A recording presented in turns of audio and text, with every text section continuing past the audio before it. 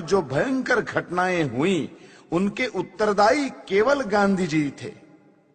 मुझे यह पता था कि हत्या के बाद लोगों के विचार मेरे विषय में बदल जाएंगे। समाज में मेरा जितना आदर है वो नष्ट हो जाएगा। मैं जानता था कि समाचार पत्र बुरी तरह मेरी निंदा करेंगे, किंतु मैं नहीं जानता था कि अखबार इतने पतित हो जाएंगे कि सत्य का गला घोंट देंगे। समाचार पत्रों ने कभी निष्पक्षता से नहीं लिखा। यदि वे देश के हित का अधिक ध्यान रखते और एक मनुष्य की व्यक्तिगत इच्छाओं को कम ध्यान देते तो देश के नेता पाकिस्तान स्वीकार न करते। समाचार पत्रों की ये नीति थी कि लीडरों की गलतियों को प्रकट न होने दिया जाए। देश का विभाजन इससे सरल हो गया। ऐसे भ्रष्ट समाचार पत्रों के डर से मैंने अपने निश्चय की दृढ़ता को विचलित नहीं होने दिया। कुछ लोग कहते हैं कि यदि पाकिस्तान न बनता तो आजादी न मिलती। मैं इस विचार को ठीक नहीं मानता। लीडरों ने अपने पाप को छिपाने के लिए यह बहाना बनाया है। गांधीवादी कहते हैं कि उन्होंने अपनी शक्ति से स्वराज्य पाया।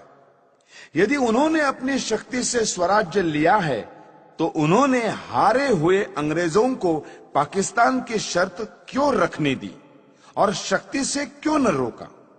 मेरे विचार से महात्मा और उनके अनुयायियों की एक ही पॉलिसी रही, और वो ये कि पहले यवनों की मांग पर विरोध दर्शाना, फिर हिचक दिखाना और अंत में आत्मसमर्पण कर देना। इसी प्रकार पाकिस्तान की रूपरेखा स्वीकार कर ली गई। 15 अगस्त 1947 को छलपूर्वक पाकिस्तान स्वीकार कर लिया गया। पंजाब, बंगाल, सीमा प्रांत और सिंध के हिंदुओं का कोई विचार नहीं किया गया। देश के टुकड़े करके एक मजहबी धर्मनिष्ठित मुस्लिम राज्य बना दिया गया। मुसलमानों को अपने अराष्ट्रीय कार्यों का फल पाकिस्तान के रूप में मिल गया। गांधीवादी नेताओं ने उन लोगों को देशद्रोही सांप्रदायिक कहकर पुकारा जिन्होंने पाकिस्तान का विरोध किया था, और पाकिस्तान स्वयं स्वीकार करके जिना की सब बात मान ली। इस दुर्घटना से मेरे मन की शांति भंग हो गई। पाकिस्तान बनाने के बाद कांग्रेस सरकार पाकिस्तान के हिंदुओं की रक्षा करती तो मेरा क्रोध शांत हो जाता। मैं नहीं देख सकता था कि जनता को धोखा दिया जाए। करोड़ों हिंदुओं को मुसलमानों की दया पर छोड़कर गांधीवादी कहते रहे कि हिंदुओं को पाकिस्तान से नहीं आना चाहिए और वही रहना चाहिए। इस प्रकार हिंदू मुसलमानों के चंगुल में फंस गए और विकट विपत्तियों के शिकार हुए। जब मुझे इन घटनाओं की याद आती है तो मैं कांप उठता हूं। प्रतिदिन सहस्त्रों हिंदुओं का संहार होता था। 15,000 सिखों को गोलियों से भून दिया गया। हिंदू स्त्रियों को नग्न करके जुलूस निकाले गए। उनको पशुओं की भांति बेचा गया। लाखों हिंदुओं को धर्म बचाकर भागना पड़ा। 40 मील लंबा हिंदू निराश्रितों का जत्था हिंदुस्तान की ओर आ रहा था। हिंदुस्तान शासन इस भयानक कृत्य का कैसे भयानक निवारण करता था? उन निराश्रितों को वायुयान से रोटियां फेंककर।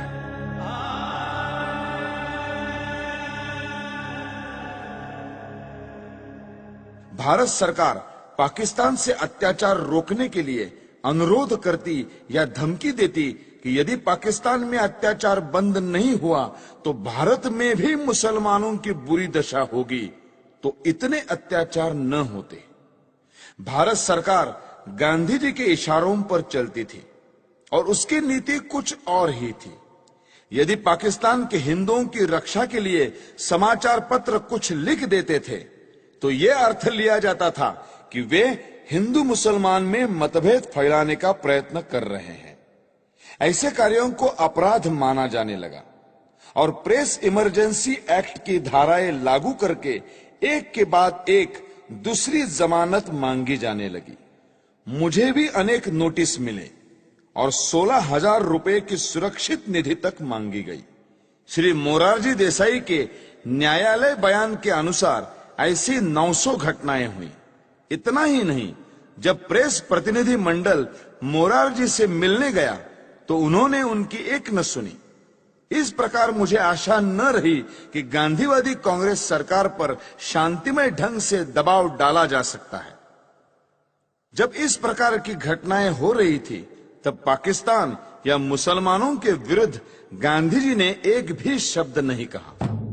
हिंदू जाति और संस्कृति को मिटाने के लिए मुसलमानों ने जो अत्याचार किए उनका मूल कारण गांधी है। यदि भारत की राजनीति को भली भांति संभाला जाता तो ऐसा हिंदू संहार कभी न होता जैसा अब हुआ, और जिसका उदाहरण इतिहास में कहीं नहीं मिलता। सबसे महत्वपूर्ण बात यह है कि मुसलमानों से संबंध रखने वाली समस्याओं में गांधी जी ने कभी जनता के विचारों की ओर ध्यान नहीं दिया।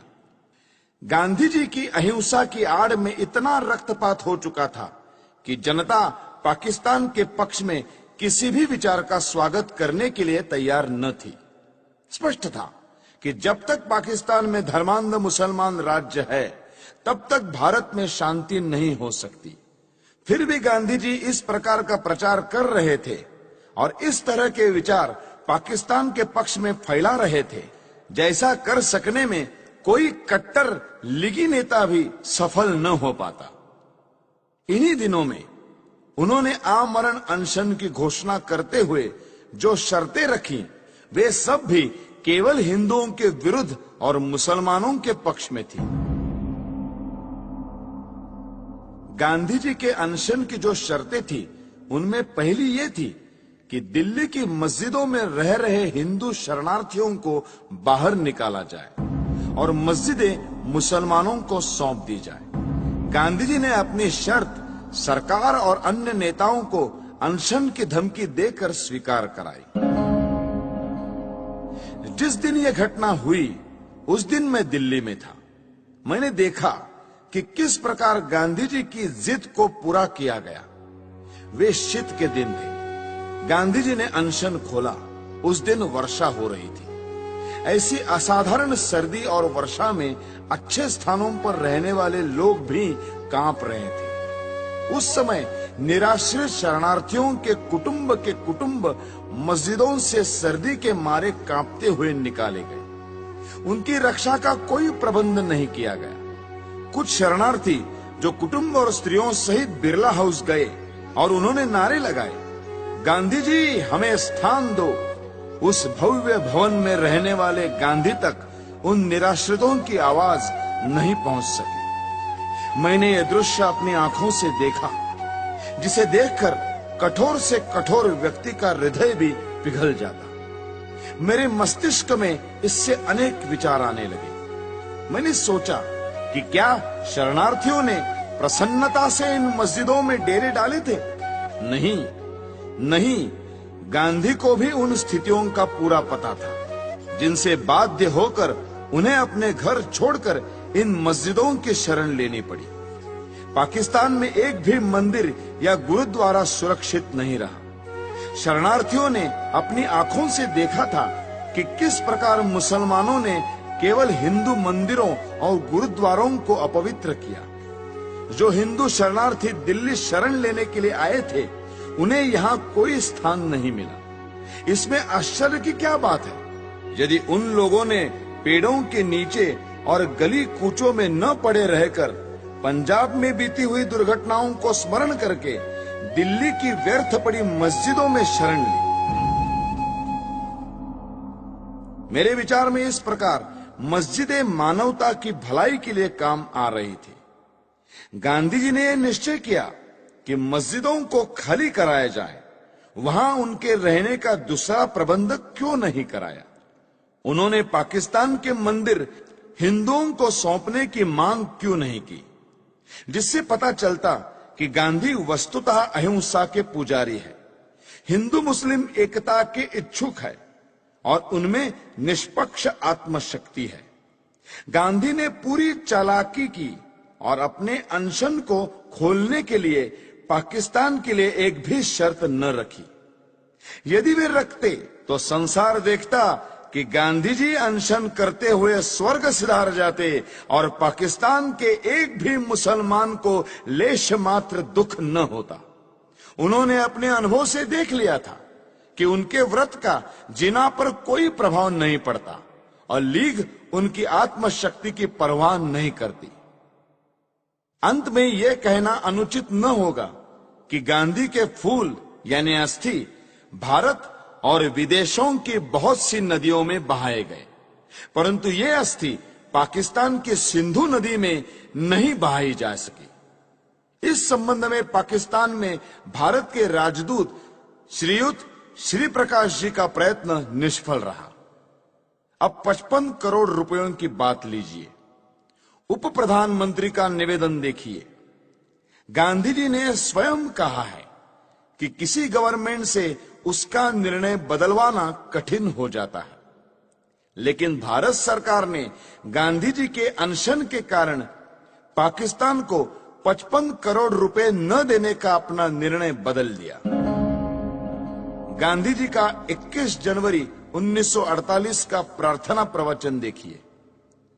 सरकार ने 55 करोड़ रुपए न देने का निर्णय जनता के प्रतिनिधि होने के नाते किया था, लेकिन गांधी जी के अनशन ने इस निर्णय को बदल दिया। तब मुझे यह ज्ञात हुआ कि गांधी जी की पाकिस्तान परस्ती के आगे जनता के मत का कोई महत्व नहीं है। अपने प्रतिवृत्त के पहले खंड के पृष्ठ 143 पर न्यायमूर्ति कपूर ने उस समय वृत्तपत्रों में छपी प्रक्रिया का एक उदाहरण दिया है। अनुच्छेद 12A-45 इस प्रकार है। बंबई के साप्ताहिक नेशनल गार्डियन ने अपने 17 जनवरी 1947 के अंक में नेहरू शासन से हिंदुस्तान की घोर वंचना, पाकिस्तान धौंस से जो पा न सका वो गांधी जी के हट्टाग्रह से पा सका, इस शीर्षक के नीचे दिया था, अपने राष्ट्रीय जनों का जिससे नरसंहार होगा वो पैसे देने का कृत्य हम नहीं करेंगे। ऐसी गर्जना चल रही थी और सरदार वल्लभ भाई के धौंस को और दबाव में भीख नहीं डालेंगे, ऐसे वीरत्व के शब्द सुनने में आते थे। इतने में ही गांधी ने अनशन करके पाकिस्तान को करोड़ों रुपए देने को नेहरू शासन को बाध्य किया। 55 करोड़ प्रदान की स्वीकृति से लोग कैसे प्रक्षुब्ध थे, इसका ये उदाहरण है। मुसलमानों ने स्वतंत्रता आंदोलन का विरोध किया, इसीलिए पाकिस्तान बना। जिन्होंने पाकिस्तान का पक्ष लिया उनको पांचवें स्तंभी कहा गया है, उनकी निंदा की गई है। परंतु मेरी दृष्टि में गांधी जी ने पाकिस्तान का पक्ष सबसे अधिक लिया और कोई शक्ति उनको रोक नहीं सकी। इस स्थिति में हिंदुओं को मुसलमानों के अत्याचारों से बचाने का एक ही उपाय था कि गांधी का अंत कर दिया जाए। गांधी जी राष्ट्रपिता के नाम से पुकारे जाते हैं, जो अत्यंत सम्मान का पद है, पर वे पिता का कर्तव्य पालन करने में असफल रहे। उन्होंने तो बड़ी निर्दयता से राष्ट्र के 2 टुकड़े कर दिए। यदि वे सच्ची आत्मा से पाकिस्तान का विरोध करते तो लीग कभी भी इतनी सुदृढ़ता से ये मांग न रख पाती और अंग्रेज पूर्ण प्रयत्न करके भी इसे न बना पाते।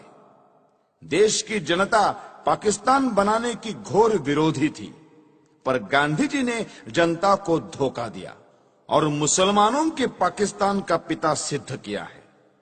इसलिए मैंने भारत माता का एक पुत्र होने के नाते अपना कर्तव्य समझा कि ऐसे व्यक्ति का अंत कर दिया जाए, जिसको कहा तो जा रहा है राष्ट्रपिता, किंतु जिसने मातृभूमि का विभाजन करने में सर्वाधिक हाथ बटाया है। हैदराबाद की समस्या का भी यही इतिहास है। निजाम के मंत्रियों एवं रजाकारों ने जो अत्याचार हिंदुओं पर किए उनका वर्णन करने की आवश्यकता नहीं है। वहां के प्रधानमंत्री लायक अली जनवरी 1948 के अंतिम सप्ताह में गांधी जी से मिले थे। शीघ्र ही पता लग गया कि गांधी जी का व्यवहार इस विषय में भी विचित्र है। जिस प्रकार उन्होंने सुहरावर्दी को अपनाया था, उसी प्रकार कासिम रिजवी को भी दत्तक पुत्र समझकर व्यवहार करेंगे, ये बिल्कुल स्पष्ट था। जब तक गांधी जी जीवित थे, तब तक सरकार हैदराबाद के विरुद्ध कुछ न कर सकी, यद्यपि वो पूर्ण अधिकार और शक्ति संपन्न थी। यदि गांधी जी के जीवन में ही भारत सरकार हैदराबाद में सेना या पुलिस की कोई कार्रवाई करने का निश्चय करती, तो गांधी जी हिंदू मुस्लिम एकता के नाम पर सरकार को अपने निश्चय बदलने पर बाध्य कर देते। जिस प्रकार 55 करोड़ रुपया पाकिस्तान को न देने का निर्णय वापस लेना पड़ा था। जब गांधी जी अनशन ठान लेते, तो उनको बचाने के लिए सरकार को उनकी इच्छानुसार चलना पड़ता। गांधी जी के अहिंसा सिद्धांत के अनुसार हमें अत्याचार सहन करते जाना चाहिए और शस्त्र या शारीरिक शक्ति से प्रतिकार नहीं करना चाहिए। गांधी जी की अहिंसा उस सिंह की अहिंसा है जो उस समय अहिंसा का पुजारी हो जाता है जब वो सहस्त्रों गायों को खा पीकर थक जाता है। कानपुर में गणेश शंकर विद्यार्थी को मुसलमानों ने निर्दयता से मार दिया था। गांधी जी उनका उदाहरण देकर कहते थे कि इस प्रकार अहिंसा पर चलकर अपना बलिदान कर देना चाहिए। मेरा विश्वास है यह अहिंसा यानी नपुंसकत्व देश को नष्ट कर देगी और पाकिस्तान भारत पर आधिपत्य जमा लेगा। मुझे स्पष्ट दिखाई देता था कि यदि मैं गांधी जी का वध करूंगा तो मैं जड़ मूल से नष्ट कर दिया जाऊंगा। लोग मुझसे घृणा करेंगे। मेरा सम्मान जो मुझे प्राणों से अधिक प्रिय है नष्ट हो जाएगा। किंतु साथ में मैं ये भी जानता था कि गांधी जी सदा के लिए विदा हो जाएंगे तो देश की राजनीति में शस्त्र प्रयोग और प्रतिकारात्मक कार्यवाही को स्थान मिलेगा। देश शक्तिशाली होगा। मैं अवश्य मरूंगा, किंतु देश अत्याचारों से मुक्त होगा। सब मुझे मूर्ख कहेंगे, पर देश ऐसे मार्ग पर चलेगा जो उचित होगा। यही सोचकर मैंने गांधी जी का अंत करने की ठानी। मैंने अपना निर्णय किसी को नहीं बताया। 30 जनवरी 1948 के दिन मैंने गांधी जी का वध किया। मेरे पास कहने को और कुछ नहीं है। यदि देशभक्ति पाप है तो मैं पाप मानता हूं। मैंने पाप किया है। यदि प्रशंसनीय है तो मैं अपने आप को उस प्रशंसा का अधिकारी समझता हूं। मुझे विश्वास है यदि मनुष्यों द्वारा स्थापित न्यायालय से ऊपर कोई और न्यायालय होगा तो उसमें मेरे कार्य को अपराध नहीं समझा जाएगा। मैंने देश और जाति की भलाई के लिए यह काम किया है। मैंने उस व्यक्ति पर गोली चलाई जिसकी नीति से हिंदुओं पर घोर संकट आए और हिंदू नष्ट हुए। वास्तव में मेरे जीवन का उसी समय अंत हो गया था जब गांधी जी पर गोली चलाई थी।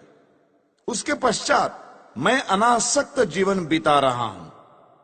मेरे लिए संतोष का विषय है कि मुझे कोई पश्चाताप नहीं है। हैदराबाद की समस्या में अकारण देर हो रही थी। सरकार ने गांधी जी के मृत्यु के बाद शस्त्र शक्ति से इस समस्या को ठीक रूप से सुलझा दिया है। भारत की आधुनिक राजनीति और सरकार अभी तक तो ठीक प्रकार से चलती हुई जान पड़ रही है। गृहमंत्री ने कहा है कि देश के पास प्रचुर युद्ध सामग्री होनी चाहिए। ऐसा विचार प्रकट करते हुए उन्होंने ये नहीं कहा कि वे गांधी जी के सिद्धांतों पर चलकर ये सब कुछ करेंगे। यदि वे ऐसा कहें तो केवल अपने मन के संतोष के लिए कहेंगे। ये याद रखना चाहिए कि यदि आधुनिक शस्त्रों का प्रयोग करके ये कहा जाए कि गांधी जी के अहिंसा सिद्धांत पर चला जा रहा है तो हिटलर, मुसोलिनी, चर्चिल या रूजवेल्ट के देश रक्षा के ढंग और गांधी जी के अहिंसा सिद्धांत में कोई भेद नहीं रह जाएगा। मैं ये मानने को तैयार हूं कि गांधी जी ने देश के लिए बहुत कष्ट उठाए। उन्होंने जनता में जागृति पैदा की। उन्होंने स्वार्थवश कुछ नहीं किया, परंतु दुख यह है कि वे इतने ईमानदार नहीं थे कि अहिंसा की हार को स्वीकार कर लेते। मैंने दूसरे भारतीय देशभक्तों और नेताओं के भी चरित्र पढ़े हैं जिन्होंने गांधी जी से अधिक बलिदान किए हैं। कुछ भी हो, गांधी जी ने देश की जो सेवा की है उसके लिए मैं उनका आदर करता हूं। उन पर गोली चलाने के पूर्व मैं उनके सम्मान में इसीलिए नतमस्तक हुआ था, किंतु जनता को धोखा देकर पूज्य मातृभूमि के विभाजन का अधिकार किसी बड़े से बड़े महात्मा को नहीं है। गांधी जी ने देश को छल कर देश के टुकड़े किए, क्योंकि ऐसा न्यायालय या कानून नहीं था जिसके आधार पर ऐसे अपराधी को दंड दिया जा सकता। इसीलिए मैंने गांधी को गोली मारी। उनको दंड देने का केवल यही एक तरीका रह गया था। यदि मैं यह न करता तो मेरे लिए अच्छा ही होता, परंतु स्थिति बहुत खराब हो गई थी और मेरे हृदय में इतना अधिक क्षोभ था कि मैंने सोचा कि गांधी जी को स्वाभाविक मृत्यु से नहीं मरने देना चाहिए। संसार को पता लग जाए कि इस व्यक्ति ने अन्यायपूर्वक राष्ट्र के साथ छल करके भयानक रूप से देश के एक संप्रदाय का जो पक्ष लिया है उसका दंड भोगना पड़ा। मैंने इस समस्या का अंत इसी प्रकार करना चाहा, क्योंकि इसी से लाखों निर्दोष हिंदुओं का जीवन बच सकता था। गांधी जी की जो अहममयी प्रवृत्ति इस पवित्र भूमि के पुत्रों के लिए घातक सिद्ध हुई, उसके लिए भगवान उन्हें क्षमा करे। मेरी न किसी से कोई शत्रुता है, न किसी के प्रति कोई दुर्भावना। यह मैं अवश्य कहता हूं कि इस सरकार के लिए मेरे हृदय में कोई आदर न था, क्योंकि ये अनुचित रूप से देश के शत्रुओं के हाथ मजबूत कर रही थी। मैं देख रहा था कि ये नीति गांधी के कारण थी। अब ऐसे व्यक्ति का अंत हो जाने के बाद वो राष्ट्र निर्माण की योजनाओं पर कार्य करने के लिए स्वतंत्र है। किंतु मुझे यह कहते दुख होता है कि प्रधानमंत्री नेहरू के भाषणों और कार्यों में बड़ा अंतर है। वे धर्मनिरपेक्षता के आधार पर राष्ट्र निर्माण की बातें करते हैं, जबकि उन्होंने स्वयं पाकिस्तान को धार्मिक आधार पर स्वीकार किया है। उन्हें सोचना चाहिए था कि सांप्रदायिक आधार पर बनाया हुआ पाकिस्तान भारत के लिए लाभदायक न होगा। फिर भी सब कुछ सोचने के पश्चात मेरे हृदय ने कहा कि गांधी जी के विरुद्ध काम करना चाहिए। किसी ने मुझ पर इस संबंध में कोई दबाव नहीं डाला और न ही कोई डाल सकता था। आप मेरी इस भावना को जिस प्रकार देखना चाहे देखें, और इस भावना के परिणाम स्वरूप मेरे किए हुए इस कार्य को देखकर जो दंड उचित समझे दें। इस विषय में कुछ कहने की मेरी इच्छा नहीं है। मैं किसी प्रकार की दया नहीं चाहता। मैं ये भी नहीं चाहता कि मेरी ओर से कोई दया की याचना करे। इस अभियोग में बहुत से मनुष्यों को मेरे साथ इस अपराध में ले लिया है। उन पर आरोप है कि उन्होंने षड्यंत्र रचा। इस विषय में मैं पहले ही कह चुका हूं कि इस कार्य में मेरा कोई साथी नहीं था। स्वयं मैं और केवल मैं ही इसका उत्तरदायी हूं। यदि दूसरे लोग इसी दोष के लिए नहीं खड़े किए जाते तो मैं अपने लिए बचाव भी न करता। न्यायालय को मालूम है कि 30 जनवरी 1948 के कृत्य से संबंधित साक्षीदारों की परिपरीक्षा यानी क्रॉस एग्जामिनेशन न ली जाए, ऐसी मेरी इच्छा थी और मेरे विधिज्ञों को भी मेरा वैसा आग्रह रहा था। इससे मैं अपने लिए बचाव नहीं कर रहा, यह स्पष्ट होगा। मैं इस बात को पहले ही बता चुका हूं कि 20 जनवरी को मैं शांतिमय प्रदर्शन के पक्ष में न था। अपने सिद्धांतों का प्रचार करने के लिए यह उपाय मुझे व्यर्थ प्रतीत होता था। फिर भी मैंने प्रार्थना सभा में होने वाले उस प्रदर्शन में सम्मिलित होना स्वीकार कर लिया। यद्यपि इसमें सम्मिलित होने की मेरी आंतरिक इच्छा न थी। दैवयोग से मैं उसमें सम्मिलित न हो सका और किसी कारण से जब यह प्रयत्न सफल भी नहीं हुआ तब मुझे बड़ी निराशा हुई। आप्टे और अन्य लोगों ने पूना, बंबई, ग्वालियर में स्वयं सेवकों के लिए जो परिश्रम किया था उसका कुछ भी फल नहीं निकला। तब गांधी जी के वध के अतिरिक्त मेरे लिए दूसरा मार्ग नहीं रह गया था। इन्हीं विचारों में खोया हुआ जब मैं दिल्ली के शरणार्थी कैंप में घूम रहा था तो मुझे एक फोटोग्राफर मिला जिसकी कमर में कैमरा लटक रहा था। उसने मुझे फोटो उतरवाने के लिए कहा। वो शरणार्थी ही प्रतीत होता था। मैंने फोटो खिंचवा लिया।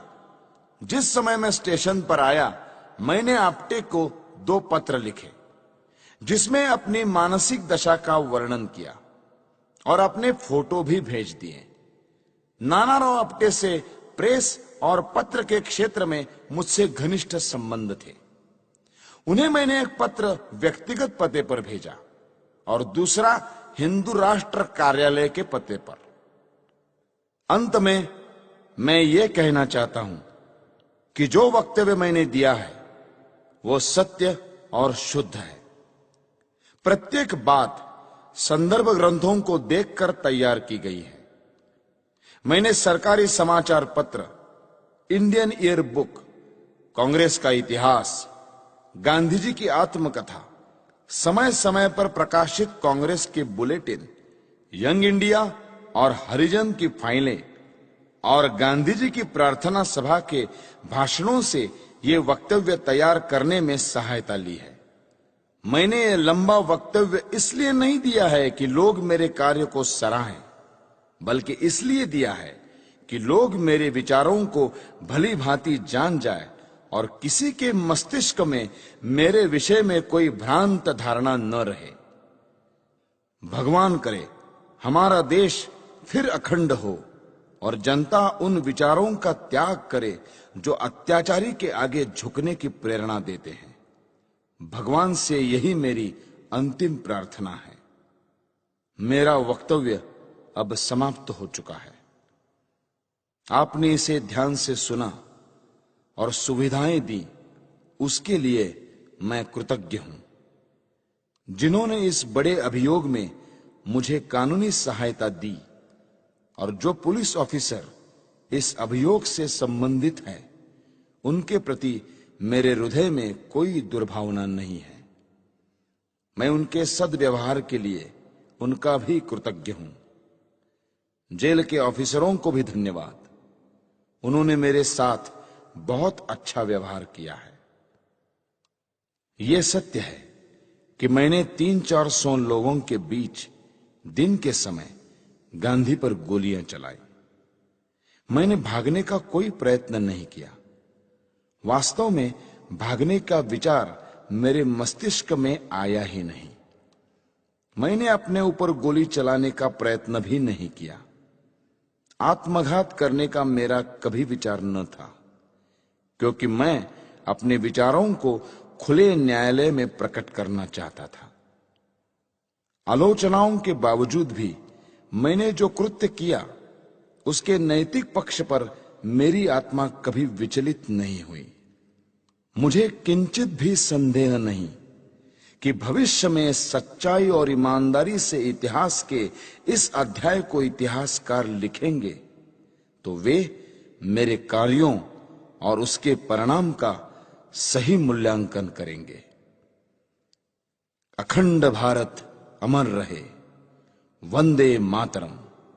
दिल्ली, 8 नवंबर 1948। नथुराम विनायक गोडसे। अभियुक्त क्रमांक 1।